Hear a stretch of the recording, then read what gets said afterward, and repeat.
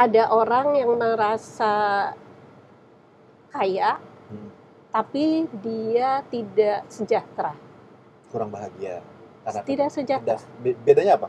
Kaya tapi tidak sejahtera sama kayak tidak bahagia. Ketika berbicara kekayaan, itu adalah berbicara tentang kuantitatif.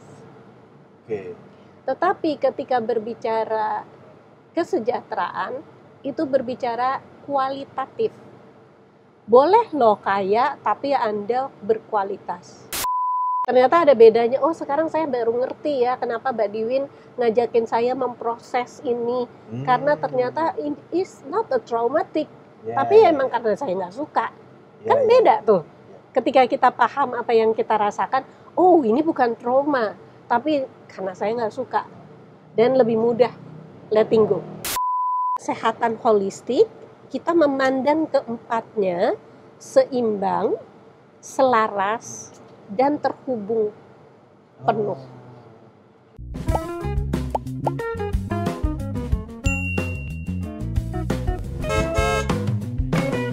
Assalamualaikum warahmatullahi wabarakatuh, Ibu Dwin. Gimana kabarnya Ibu, sehat?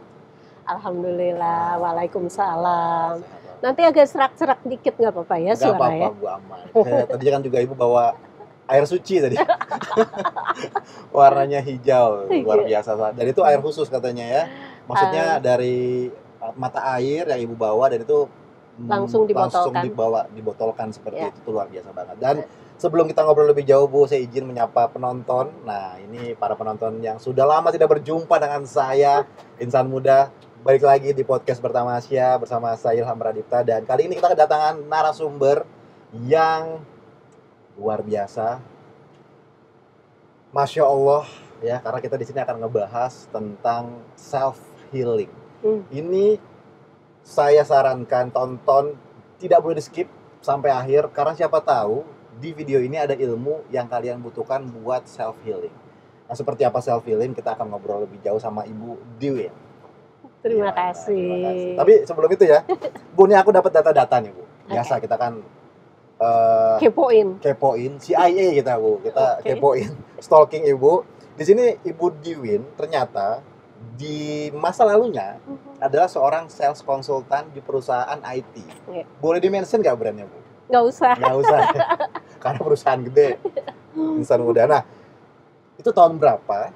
Dan kok bisa sih ceritanya sekarang menjadi seorang praktisi kesehatan holistik? Itu kan agak switch career bahasanya gitu ya. Logika ketemu sesuatu yang abstrak gitu, spiritualitas gitu. Itu gimana ceritanya perjalanannya? Oke.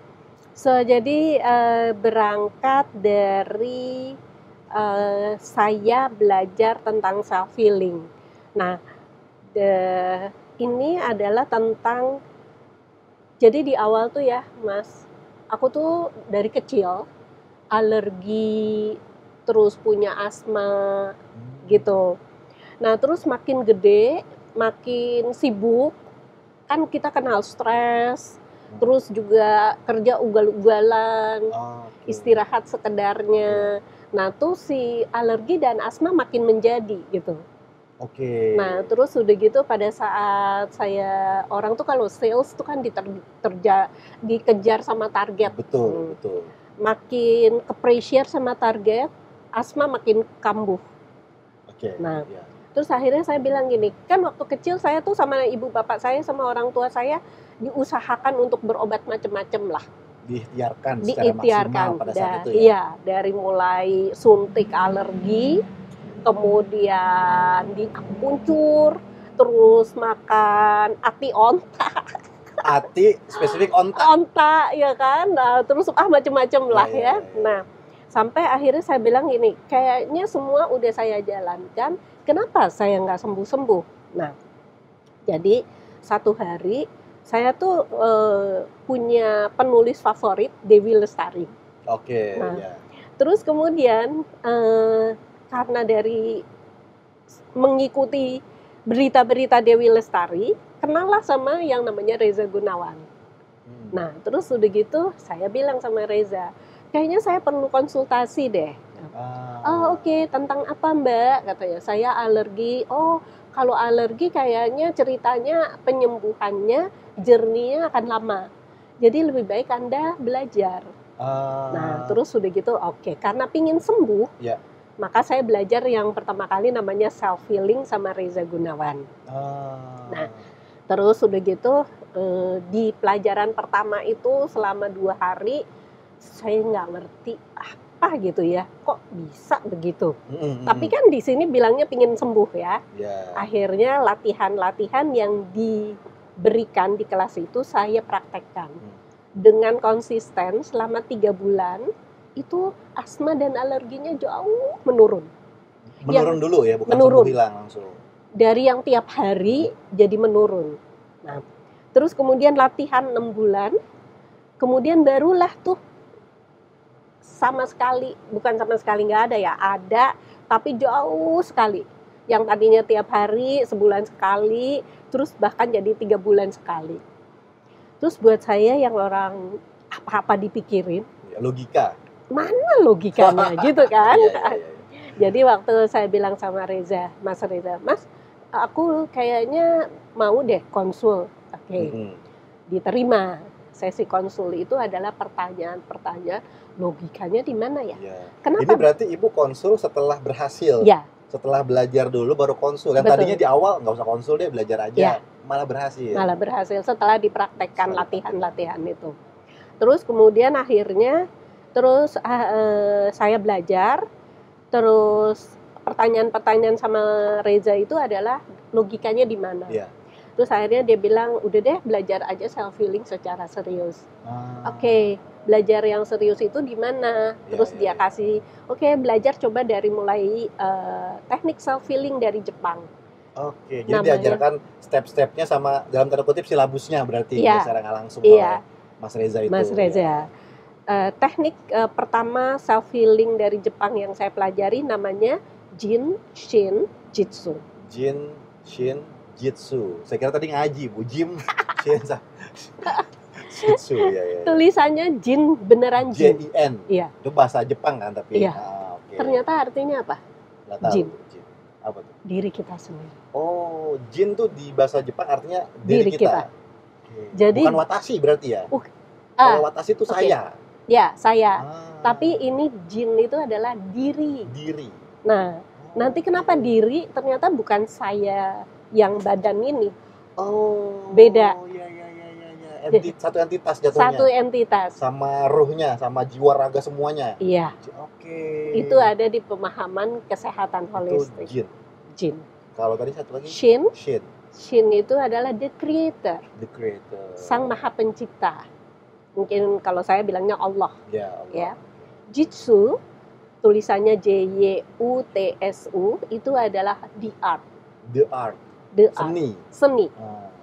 Jadi kalau misalkan di terjemahan bebasnya, seni dari Sang Maha Pencipta untuk mengenal dan merawat diri kita sendiri. Karena ternyata ketika saya belajar, saya tuh 5 hari kan belajarnya. 1 hari pertama saya masih bisa nyatet. Setelahnya 4,5 hari saya nggak bisa nyatet karena saya bilang, wow, sekompleks itu yang namanya diri, secanggih itu yang namanya di tiap sudut, di tiap badan kita ini, jika kita bisa menyentuh dengan tepat, terjadilah pemulihan, penyembuhan. Oke, mirip akupuntur? Enggak, bukan? Beda nih? Ya. Mirip ya? Akupuntur kan ada titik-titiknya tuh. Iya. Di akupuntur kan ada titik-titik, itu kan titik-titiknya kita. Ini bukan agak ya, mirip berarti? Agak mirip. Tapi kalau di JSJ itu cuma 26 titik. 26 titik. Nah jadi disitulah saya jadi tahu dan paham arti sehat holistik. Gitu. Jadi holos itu berangkat dari kata holistik. Holistik itu holos. Nah, sehingga tadi pertanyaannya kenapa saya bisa pindah? Karena ternyata semenarik itu yang namanya IT. Jadi kalau di IT itu ada hardware, ada software. Iya. Kita ngomong gadget deh ya. Heeh. Ada hardware-nya, ada software-nya, ada aplikasinya, ada baterainya. Dan ternyata di manusia juga ada. Dan lebih kompleks. Dan lebih kompleks. Sekompleks aplikasi apa yang kita install di dalam diri kita. I see. Nah, jadi saya juga nggak tahu bagaimana akhirnya berpindah karir atau berpindah pekerjaan. Kalau saya sekarang mungkin bilangnya saya diperjalankan Allah untuk ke sana. Diperjalankan dan ditakdirkan, dipertemukan sama self healing ini. Ya. Sudah berapa tahun, Bu? Kalau boleh tahu nih belajar tentang self healing ini. Mulainya umur berapa tadi, Bu? Saya tahun berapa ya? Jadi kalau saya untuk mempraktekkan diri saya sendiri itu mungkin ada sekitar 20 tahunan. 20 tahunan. Bu, mohon maaf nih, Bu. Izin. Umurnya berapa? Umurnya berapa? Kalau boleh tahu ya. Insan muda, ya, saya umurnya 60. Ya Allah, 60 tahun. Insan muda nggak kelihatan loh. Ini kalau kalian ngelihat Ibu Diwin langsung, nggak percaya umur 60 tahun, serius. 20 tahun berarti Ibu usia 40 baru belajar self healing ini. Ya. Betul. Dan Ibu sekarang udah menjadi seorang praktisi kesehatan holistik. Itu artinya apa tuh? Praktisi kesehatan holistik itu artinya apa, Bu? Oke. Mungkin semua dari kita udah menjadi praktisi kesehatan holistik. Saya belum, Tanpa sadar. Tanpa sadar. Ya. Tanpa sadar loh. Coba sekarang kalau Ilham lupa gimana? Lupa, berusaha mengingat. Oke. Apa yang dirimu lakukan? Duduk diam. Atau mata saya ke atas kayak mencari-cari. Contoh, hilang kunci, lupa naro ya. Di mana ya? Terus saya terakhir taruh di mana gitu, biasa sih gitu. Terus kan kadang-kadang tambah, di mana ya gue naro? Dia betul, ya, megang kepala. Jadi kadang-kadang garuk-garuk. Gitu. Mana ya gitu, gimana ya gitu. Nah, itu melakukan self healing. Itu memang titik-titiknya, Bu? Itu titik-titik. So jadi semua dari kita sebetulnya praktisi kesehatan holistik. Oke. Tanpa ilmu kalau saya, ya. Kalau Ibu kan sudah ada ilmunya gitu. Betul. Kalau ini kan memang refleks aja ya. Gimana tadi ya guys gitu ya. Kunci gitu. Kalau ini memang ada ilmunya. Ada ilmunya. Dan itu untuk pengobatan apapun. Maksudnya apapun? Luka, cedera, mental, luka hati, sakit hati, yang nonton mungkin tidak sakit hati, kecewa gitu, sedih. Nah, jadi di dalam dunia kesehatan holistik berangkat dari kata-kata holos. Holos itu artinya lengkap. Kita manusia lengkap itu seperti apa? Namamu Ilham, namaku Diwin. Itu identitas. Ya, oke. Sekarang peran kita sebagai saya yang diwawancarai, Anda yang mewawancarai. Itu adalah peran. Oke. Ada kameramen, dia adalah peran. Oke. Kalau kita udah sekarang peran di keluarga, kita sebagai anak, kita sebagai orang tua, kita sebagai sibling, kita punya peran di kantor sebagai apa? Kemudian di lingkungan sebagai RT, RW, itu peran, identitas. Oke, title-nya apa? Itu identitas. Tapi sebetulnya kita kalau nggak ada semua itu apa? Manusia. Manusia itu? Makhluk.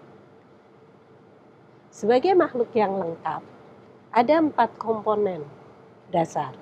Pertama, sebelum kita punya tubuh nih, kita punya ruh kan? Oke, ruh. Ya.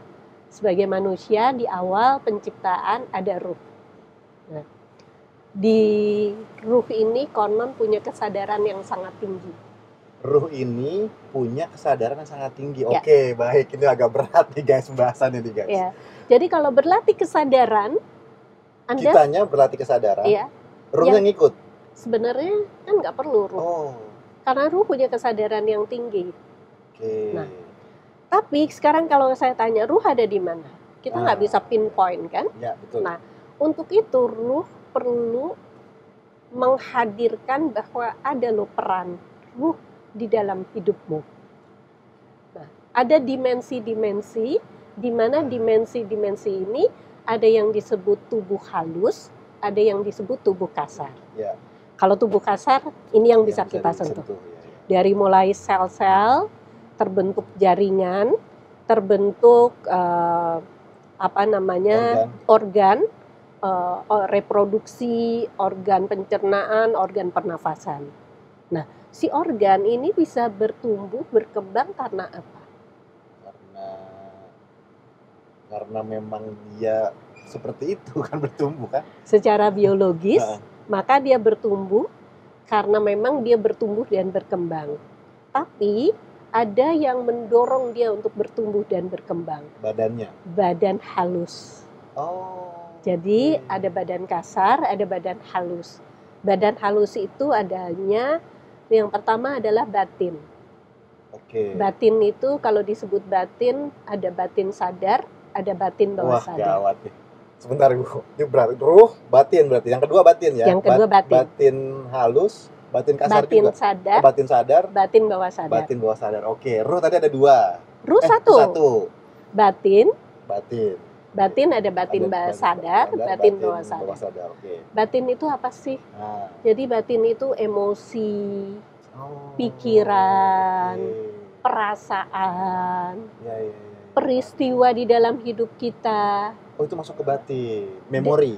Ya, dari sejak kita dikandung ibu kita hingga detik ini. Dia tidak terlewatkan, semuanya itu tercapture di batin. Makanya ada disebut batin sadar, batin bawah sadar. Batin sadar sesuatu yang kita ingat. Tapi batin bawah sadar sesuatu yang kita tidak ingat.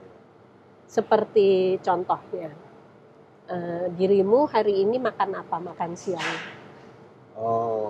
Itu lupa kayaknya. Hari ini makan nasi kotak. Nasi kotak, ya betul. Tadi Bu lihat soalnya. Sekarang tuh hari Jumat. Jumat lalu makan nasi. Gak ingat saya. Gak ingat. Tapi makan. Taruh di batin bawah sadar. Dan itu ke-capture. Tapi dia ditaruh di batin bawah sadar. Cara buat ngambilnya biar inget ada berarti? Ada. Nah, batin sadarnya manusia maksimal itu adalah 10% yang tertinggi.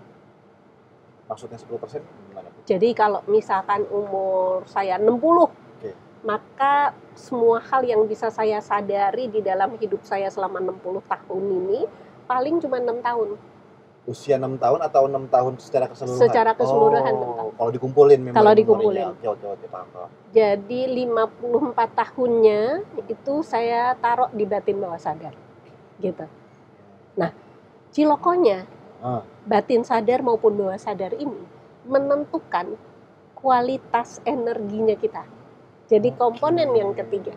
Apa tuh yang ketiga? Itu, energi. Ruh, batin, energi. Ya.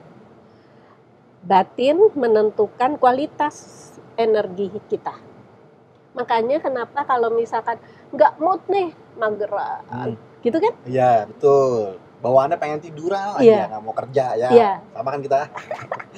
Tapi kalau kita lagi seneng, kita kayak punya energi yang betul, berlimpah lah. Kayak gak ada capeknya. Kalau kita lagi nonton konser musik, entah kenapa kita bisa tuh, energi kitanya luar biasa. Tapi kalau kita lagi dengerin nasihat ini orang ngomong apa sih gitu kan, energi kita kayak gitu. Betul. Nah, jadi energi ada yang ketiga yaitu adalah energi. Energi inilah yang menggerakkan badan. Kalau di China namanya qi. Nah, itu saya pernah dengar tuh. Kalau di Jepang namanya ki. Kalau di India namanya prana. Nah. Di Indonesia? Daya hidup. Betul. Percaya nggak kamu? Ada energi? Percaya kalau saya. Kalau saya ya, kita ada energi. Makanya kan kita bisa tidur kan Bu, karena energinya habis kalau saya mikirnya ya. Insan muda, kalau misalkan Anda nggak percaya, saya dulu soalnya nggak percaya yang namanya qi. Langsung praktek nih kayaknya. Saya nggak percaya, jadi ini. Kamehameha nih Bu. Saya bilang ini, apaan sih qi, ki, prana gitu ya. Apa sih gitu kan? Terus saya tanya Reza, mentor saya di dunia ini adalah Reza Gunawan ya. Iya. Saya tanya, apa sih gitu. Oke, jadi listrik, energi itu adalah listrik di dalam tubuh kita, elektromagnetik. Makanya kadang-kadang kita suka kesetrum. Ya bener. Bener, saya kalau lagi megang orang tuh kadang-kadang gitu. Pernah begitu, sering malah.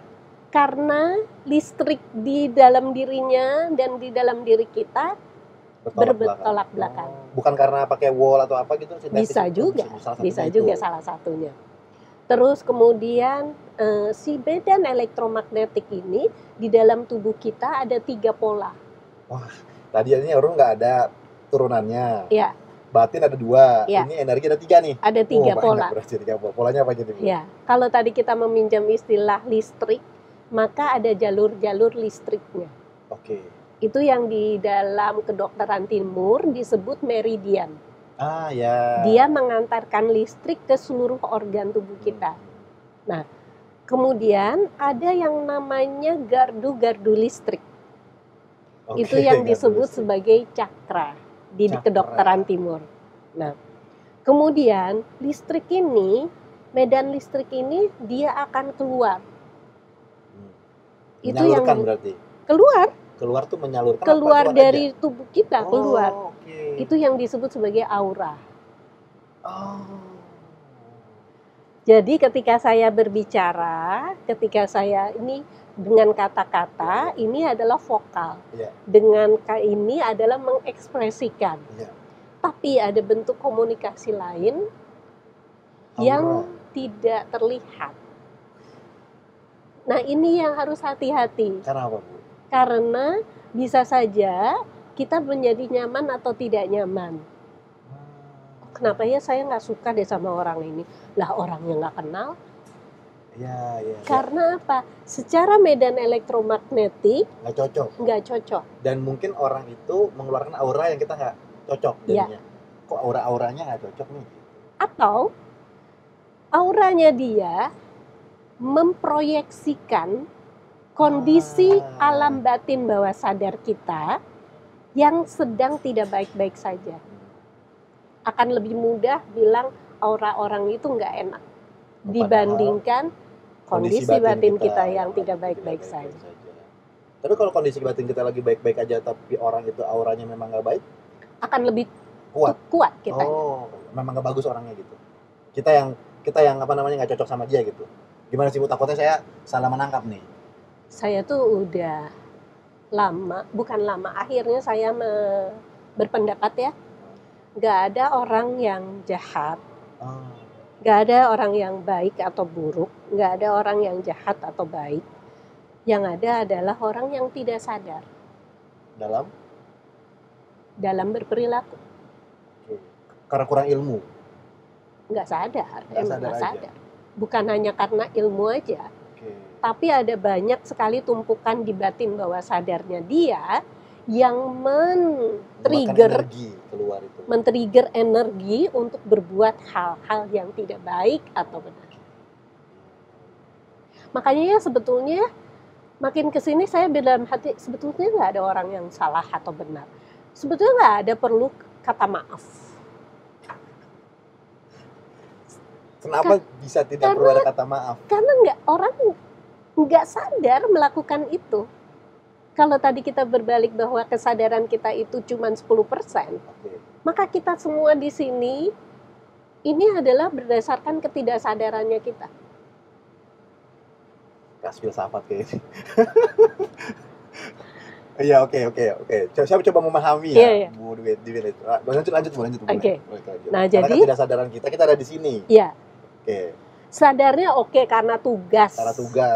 Saya harus ada di sini. Ya. Di balik tugas ada apa? Ada uang. See, that's very true. Iya dong. Kita harus bayar ya. Uang adalah energi. Iya, uang adalah energi. Yes. Pertukaran kita bekerja itu coba gimana? Ya pokoknya kita bertukar energi aja. Perlu yang nyata. Sih. Makanya uang adalah energi. Ada orang yang merasa kaya, tapi dia tidak sejahtera. Kurang bahagia. Karena Tidak sejahtera. Bedanya apa? Kaya tapi tidak sejahtera sama kaya tidak bahagia. Ketika berbicara kekayaan, itu adalah berbicara tentang kuantitatif. Oke. Tetapi ketika berbicara kesejahteraan, itu berbicara kualitatif. Boleh loh kaya, tapi Anda berkualitas. Berarti kaya dan sejahtera. Tapi yang terjadi banyak dari kita semua kaya tapi hampa. Atau sebaliknya, nggak punya duit, hampa. Tapi kalau orang sejahtera, nggak tergantung dari banyak duit atau tidak. Karena dia merasa ya damai. Dan ya, berkualitas. Berkualitas. Ya, dan itu ditentukan dengan kondisi batinnya kita. Serta bisa dikondisikan. Oke, bisa dikondisikan, tetapi akhirnya menjadi pura-pura. Baik. Berat. Batin juga ada ototnya ya. Iya, betul. Jadi artinya gimana caranya supaya bisa sejahtera? Kualitatif. Kalau Anda tetap, kalau misalkan kita mau cari duit boleh, tapi based on apa? Passion. Apa? Stimulasinya apa? Ketakutan kah? Saya takut nih anak saya nggak bisa sekolah. Akhirnya Anda akan kerja ugal-ugalan. Karena takut anak nggak bisa sekolah. Ya. Karena takut anak tidak bisa makan. Saya dulu dibesarkan, pingin mainan aja susah, pingin sekolah aja susah. Maka saya tidak mau anak saya demikian. Trauma masa lalu yang dibawa. Not necessary trauma ya, tapi pengalaman yang tapi tidak enak. Kalau di dunia maya, kalau di sosial media tuh saya kalau ngebacanya itu trauma masa lalu katanya. Luka masa kecil yang dulu. Yang inner child itu terluka karena dulu mau beli mainan nggak bisa, tapi dia akhirnya sebagai orang tua ketika punya anaknya minta apa aja dibeliin. Itu kalau yang saat ini budaya anak-anak Gen Z, yang saya dengar sih bahasanya kayak inner child yang terluka atau trauma. Tapi itu bukan trauma sebenarnya ya? Bisa iya, atau bisa tidak. Pengalaman masa lalu. Ya, bisa iya dan bisa tidak. Jadi kalau di klinik saya, maksudnya di sesi-sesi terapi saya, akhirnya seseorang bisa bilang, iya ya, saya tuh bukan trauma kok. Simply karena ya saya nggak suka aja. Iya. Bukan it's not padahal sebenarnya sesimpel itu jawabannya, nggak suka aja. Nggak suka. Ternyata ada bedanya. Oh sekarang saya baru ngerti ya kenapa Mbak Diwin ngajakin saya memproses ini. Karena ternyata it is not a traumatic. Tapi emang karena saya nggak suka. Kan beda tuh. Ketika kita paham apa yang kita rasakan, oh ini bukan trauma. Tapi karena saya nggak suka. Dan lebih mudah letting go. Tapi kalau misalkan ini trauma, wah kayaknya akhirnya kita tergulung dengan trauma itu sendiri. Nah jadi kita berjarak dengan si peristiwa-peristiwa itu sehingga kita bisa membedakan apakah ini sebuah traumatik, peristiwa-peristiwa traumatik atau sebuah peristiwa yang memang saya nggak suka. Nggak suka it doesn't mean traumatic loh. Iya betul, ya, betul. Jadi terurai itu. Iya. Ketika ada suatu benang kusut diurai, ketemu tuh jadinya. Yang tadinya sebenarnya bukan traumatik, cuma sebatas nggak suka. Iya. Oke. Tadi udah 3 Bu. 4 satu lagi? Badan. Oh badan. Jadi kalau berbicara holistik, kesehatan secara holistik, kita harus melihat bagaimana ruh kita. Kan, tapi ruh ini selalu terpelihara dengan yang menciptakan kita.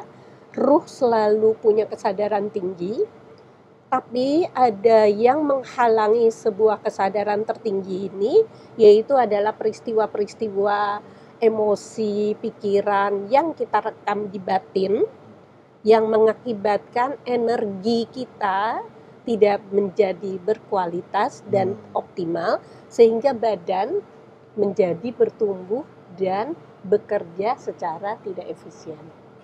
Jadi kesehatan holistik kita memandang keempatnya seimbang, selaras, dan terhubung penuh. Makanya di dunia praktisi kesehatan holistik ini atau kesehatan holistiknya sendiri itu ada istilah self healing. Yes. Berarti self healing itu kita bisa nyembuhin diri sendiri. Iya. Asal kita tahu kita sadar apa penyebabnya. Kan nggak semua orang tahu. Masalahnya kan di situ ya, Bu ya? Ya, makanya sekarang banyak kan berlatih kesadaran. Untuk apa? Untuk menyadari apa yang terjadi di dalam diri kita. Nah, tapi kadangkala cuman berhenti di menyadari. Saya sadar ada luka dan stop di situ. Nah, untuk bisa healing, ada lagi step selanjutnya. Aware, tadi udah nyadar, accept. Menerima. Nah, proses ini yang agak sulit. Menerima ini sulit. Ya. Menyadari mah mudah mungkin. Sama juga lah. Sama juga ya. Atau lebih susah sadar, tapi kalau udah sadar menerima kayak oh iya gue dulu begitu. Gini. Orang-orang termasuk saya dulu adalah aware and then I want to heal. Oke, aware langsung mau menyembuhkan. Ya. Padahal ada yang di tengah-tengah juga menerima dulu. Accept. Jadi jangan lompat step. Ya. Okay. Kalau dia lompat step bisa nggak? Bisa. Tapi nanti muter lagi di situ.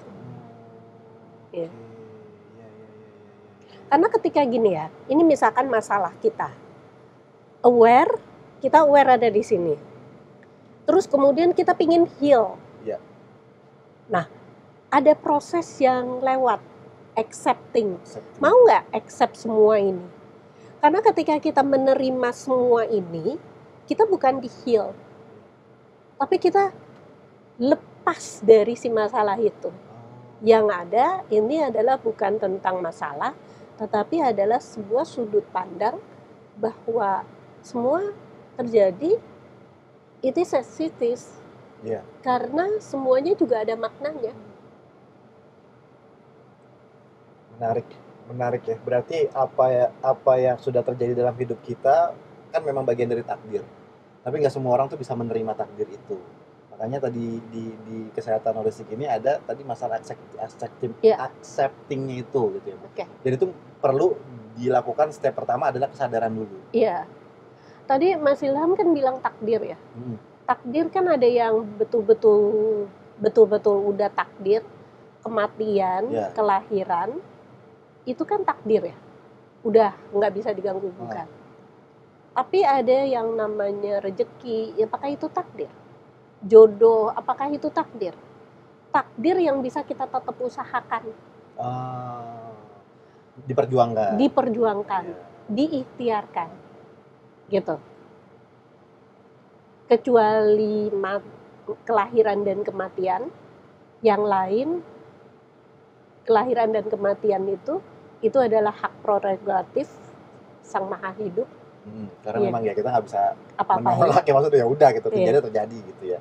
Tapi di in between semuanya bisa kita usahakan. Jadi ada takdir yang bisa dirubah kan sebetulnya kalau kita berusaha. Betul. Makanya kita memaksimalkan segala macam upaya, baik itu doa, hubungan dengan manusia gitu untuk memaksimalkan atau mendapatkan takdir terbaik gitu kan yang kita usahakan. Tapi dari tadi kan kita ngomongin terkait sama self healing itu tuh lebih ke perasaan internal, bukan luka-luka baret gitu ya, Bu? Iya. Nah, tapi lebih ke hati, ke mentality gitu. Mentality. Bisa nggak self healing untuk luka-luka? Nah, gini, kan tadi kan ada kaitannya ruh, batin, energi dan badan. Nah, kalau kita lagi khawatir, which is di batin, maka energi ke daerah pencernaan biasanya kan jadi nggak baik-baik saja. Makanya kenapa kalau khawatir jadi asam lambung. Iya. Bukan karena kopi ya. Bukan karena kopi. Iya kan? Karena ada was-was, tekanan gitu ya, Bu. Kenapa kita jadi minum kopi? Aduh, khawatir ini udah deket deadline, gue udah ngantuk. Udah deh, gue pakein kopi banyak-banyak. Jadi bukan si kopinya. Ya, ada kopinya. Tapi ada faktor batin di situ.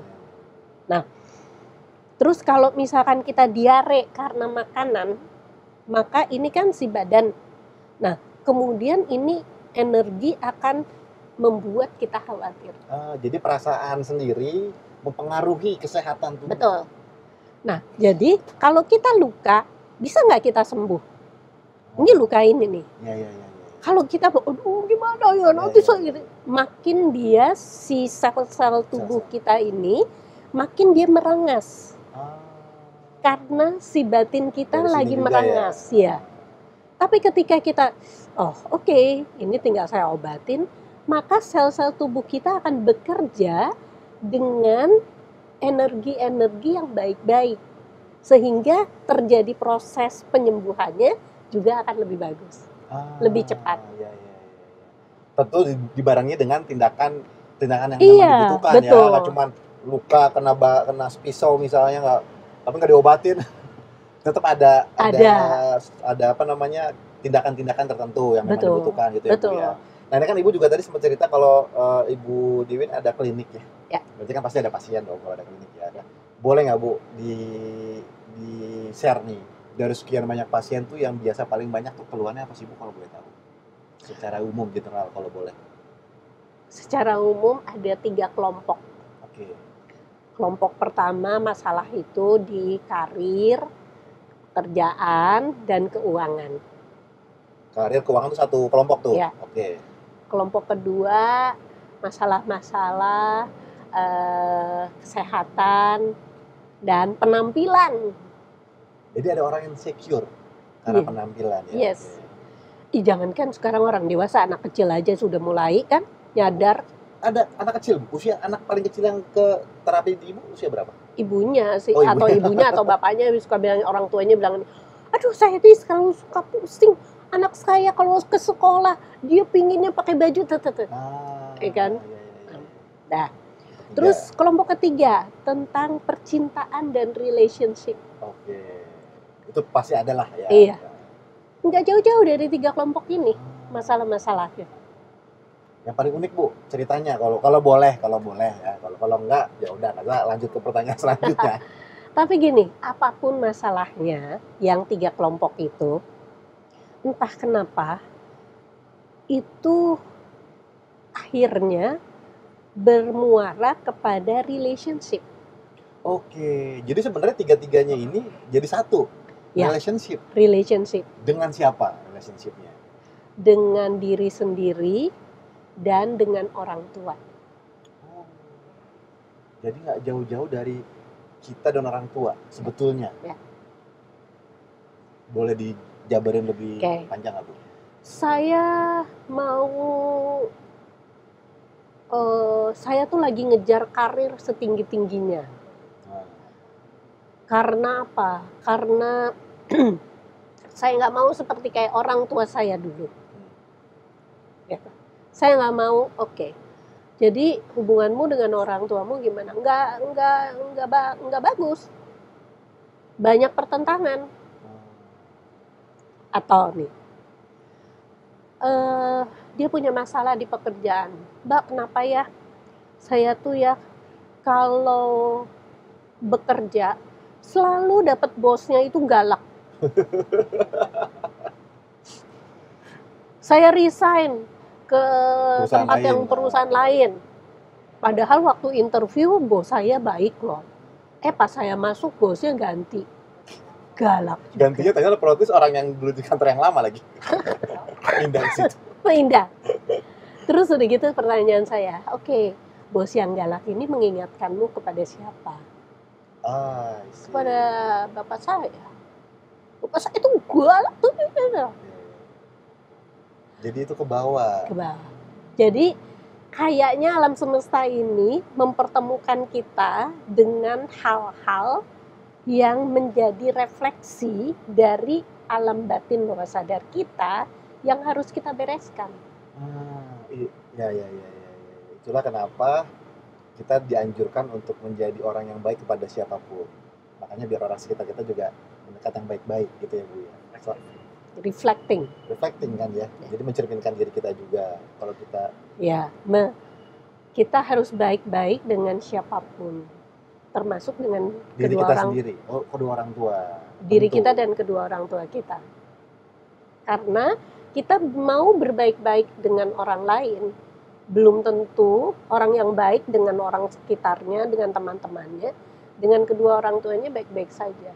Bisa jadi dia baik dengan semua orang untuk mengisi kekosongan dia karena tidak dibaik-baikin sama kedua orang tuanya. ada tabung yang namanya kebaikan yang dia tidak dapatkan dari kedua orang tuanya, sehingga dia ingin mengisi itu dengan teman-temannya. Paham. Kemudian teman-temannya berganti dan dia akan terus-terusan berusaha menjadi orang baik. Ya. Oke. Ya. Ini cukup kompleks berarti ya, memang yang tadi disampaikan tentang diri ini sendiri ya. Ya. Terus kalau untuk tipsnya sendiri nih Bu, biar kita tuh bisa menjadi selalu sehat. Kan tadi kita memiliki banyak masalah, ya kan? Sadar atau tidak sadar, pasti saya ada, mungkin yang nonton juga ada ya, kameramen juga ada. Itu gimana Bu? Supaya selalu sehat. Supaya selalu sehat. Apalagi tadi ada pengaruh juga ke organ tubuh kan? Ya. Nah itu gimana tuh Bu? Tips dasarnya aja deh, spoil dikit. Ya, supaya selalu sehat, sadari apa kebutuhan ketiga unsur ini. Kebutuhan batin, kebutuhan energi, kebutuhan badan, punya kebutuhannya masing-masing. Bahkan ruh juga punya kebutuhan. Apa kebutuhan? Badan perlu butuh istirahat, makanan yang baik. Energi perlu juga punya kebutuhan untuk di-charge. Ini handphone, semua kan perlu di-charge. Orang di-charge-nya tidur, istirahat. Ya kan? Kalau batin perlu juga dirawat. Caranya? Untuk selalu seimbang. Jangan nyimpen hal-hal yang tidak perlu, sampah batin, dendam, iri, dengki, kecewa, marah, itu adalah sampah batin.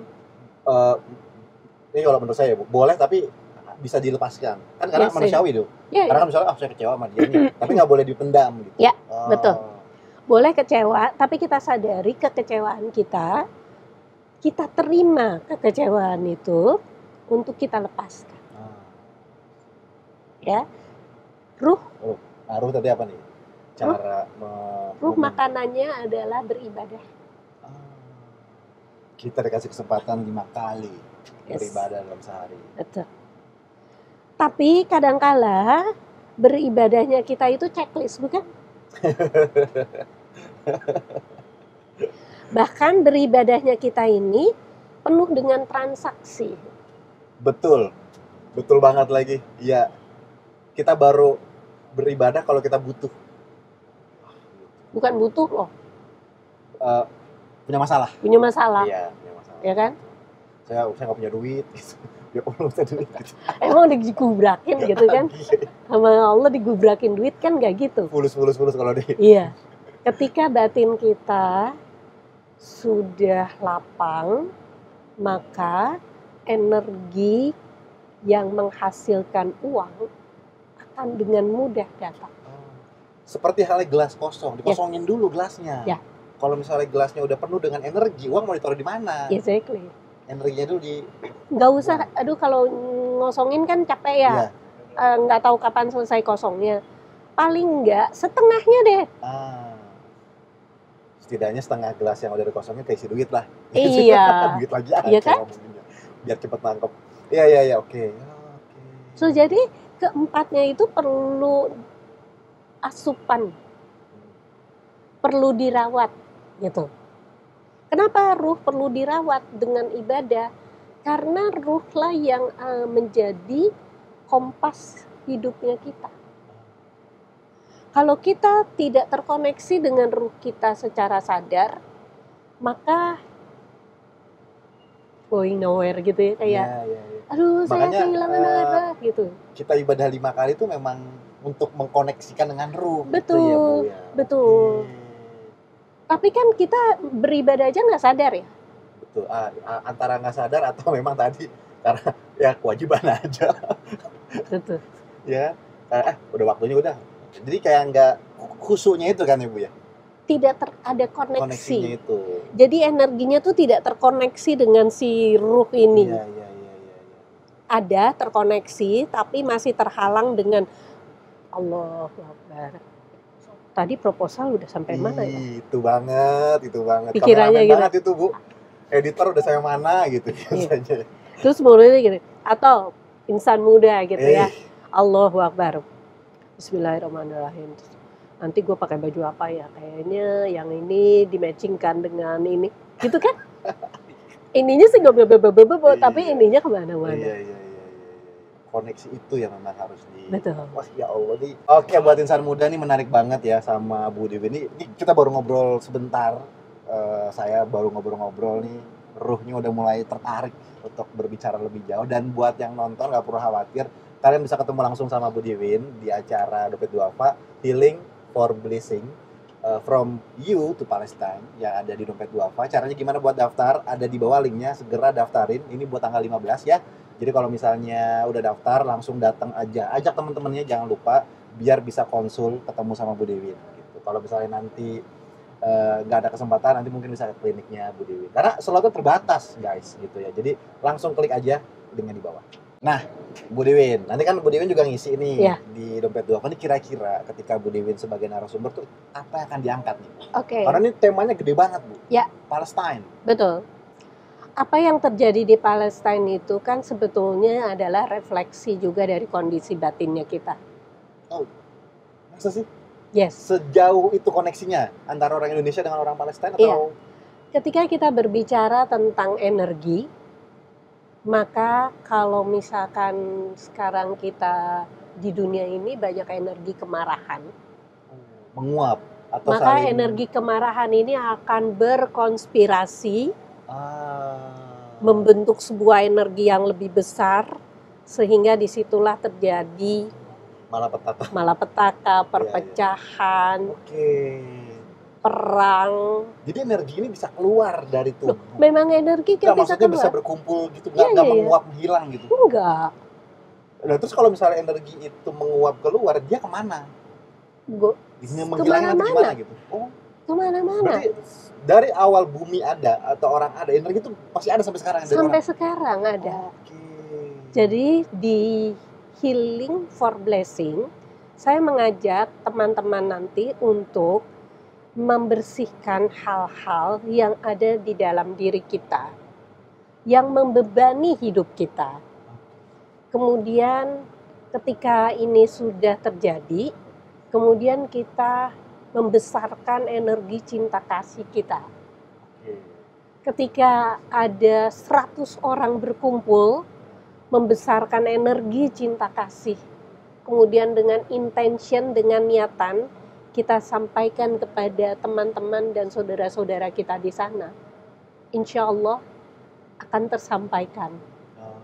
Jadi meskipun mereka terlihat mereka dalam perang, mereka dalam penderitaan, tetapi ada cinta kasih yang tumbuh di dalam diri mereka. Dan itu dibarengi dengan doa-doa kebaikan. Doa-doa kebaikan dibawa ke sana, energi yang baik juga keluar buat melawan energi jahat yang ada di sana, yang berkumpul di luar sana. Jadi kalau misalkan energi kemarahan ada energi cinta kasih, maka energi cinta kasih lebih besar daripada energi kemarahan. Mungkin energi kemarahan akan selalu ada, tetapi ketika energi cinta kasih yang lebih membesar, maka si kemarahan ini bisa menjadi lebih bijaksana. Karena kita semua ada di dunia ini, asal muasalnya adalah dari cinta kasih. Berarti nanti di acara tanggal 15 itu akan ada praktek dari Ibu. Yes. Nah, itu dia insan muda. Ini yang paling penting. Gimana caranya kita bisa melawan energi kejahatan tadi dari sini. Jadi, salah satu bukti dukungan kita untuk saudara-saudara kita yang ada di Palestine. Nah, itu kita juga bisa bantu saudara-saudara kita di Palestine dengan cara mengirimkan energi-energi kebaikan. Betul. Untuk melawan energi-energi keburukan itu. Gitu. Makanya kita nanti ada praktek. Gimana prakteknya, datang aja. Linknya udah saya taruh di bawah ya, jadi langsung klik aja biar nggak ketinggalan dan biar nggak kehabisan slotnya gitu. Jadi bisa langsung klik link ada di bawah. Nah kita balik lagi ke Bu Dewi. Bu, ini kita udah ngobrol panjang lebar dan kayaknya saya perlu ngambil satu sesi di klinik Ibu. Saya harus terapi lebih jauh, menghilangkan energi-energi dan menerima gitu ya energi-energi buruk gitu. Nah ini sebelum ditutup Bu, biasanya tuh saya selalu minta closing statement dari Ibu. Dari apa yang kita perbincangkan, mungkin dari harapan Ibu kepada para penonton, para insan muda. Nah, kira-kira apa nih closing dari Ibu? Ya, kan tadi di awal kita membahas tentang holistik. Ya. Jadi mungkin kembali ke asalnya bahwa menjalani hidup kita juga harus seimbang. Bukan harus. Sebaiknya menjalani hidup kita juga seimbang. Seimbang dalam arti kata kita bekerja setulus hati, kemudian beristirahat sepenuh energinya kita, kemudian juga bertutur, bersikap dengan seluruh jiwa raga kita. Bagus. Jadi totalitas, biar kita juga bisa, dan artinya totalitas itu adalah kita juga profesional sebagai manusia. Yes. Ya Bu ya. Ya. Taat sama yang di atas. Ya. Toleransi terhadap sesama gitu ya Bu ya. Jadi kita tuh profesional secara manusia, dan kita bisa menyeimbangkan energi kita, baik energi ke atas, energi ke samping gitu ya. Apa kalau ke atas tuh? Habluminallah, habluminanas. Jadi biar kita bisa balance. Ya. Tadi juga Ibu menyampaikan, dan ini menarik sekali, dan buat teman-teman juga jangan sampai ketinggalan buat acara tanggal 15 nih, udah 3 kali nih saya ingetin, karena ketemu Bu Diwin tuh susah, waktunya tuh harus booking jauh-jauh hari ya Bu ya. Aduh, alhamdulillah. Alhamdulillah. Kliniknya di mana Bu? Klinik saya di Dharma Wangsa Square. Ya. Jadi kalau mau dicari nama Ibu ada nama kliniknya ya. Betul, Dharma Wangsa Square, namanya True Nature Holistic Healing. True Nature Holistic. Ya, jadi betul. buat insan muda yang mau ketemu one-on-one terapi sama Bu Diwin bisa langsung ke sana. Ya. Kalau ada IG-nya juga. Ada IG-nya juga di IG-nya True Nature Holistic. True Nature Holistic. Kalau IG private saya, IG pribadi saya Diwien Hartono. Nah, langsung di-follow aja Instagramnya Ibu Diwin. Dan kalau misalnya mau ngatur janji buat melakukan terapi bisa ke kliniknya Ibu. Ya. Dan insya Allah insan muda ini adalah akhir diskusi dan obrolan kami di podcast pertama Syah. Buat insan muda yang belum subscribe dulu biar nggak ketinggalan program-program menarik lainnya dari Dompet 24 TV. Dan pastikan like, komen, dan share video ini. Insya Allah kita akan ketemu lagi di podcast pertama Syah selanjutnya. Saya Ilham Radipta dan Ibu Diwin pamit undur diri. Assalamualaikum warahmatullahi wabarakatuh.